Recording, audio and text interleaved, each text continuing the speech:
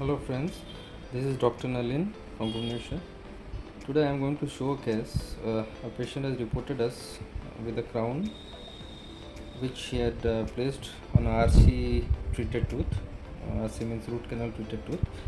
Unfortunately, after some time, today he came with a fractured crown of the tooth, and we can see there was a zirconia tooth, zirconia crown placed over the tooth, and the piece of the tooth, if you can notice, is here. The piece of the tooth crown along with the restorations made, they're all broken, and this is the crown. Now we would like to say, I would just like to emphasize on the factors that could be responsible for this. Most of the time the patients come and ask, no, everybody wants a strong crown and a good longevity of the crown, but nobody ever asks what would be the longevity of the tooth. Now here is an example that after root canal treated tooth, what is the purpose of placing a crown over there? Purpose of the crown should be only to protect the tooth, which is now, we can see as it is here, broken. So zirconia as such is also a very hard material as compared to the tooth.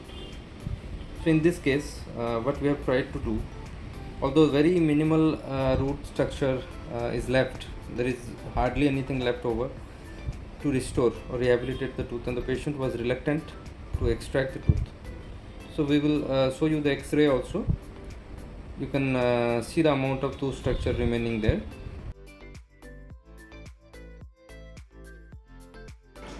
So as we noticed in the X-ray, the mutilated tooth structure, and the patient visited few other dentists. They advised them for extraction and replacement, but the patient was very much reluctant to get the tooth extracted. So he came to me, sir, please do something for it. So what we said, let us try, because using our digital facilities, whatever we have in house here, we just tried to get a endo crown, or we can say a overlay crown, done for this patient with Emax lithium disilicate, and also we have the option of Tessera, another product that's also an lithium disilicate material.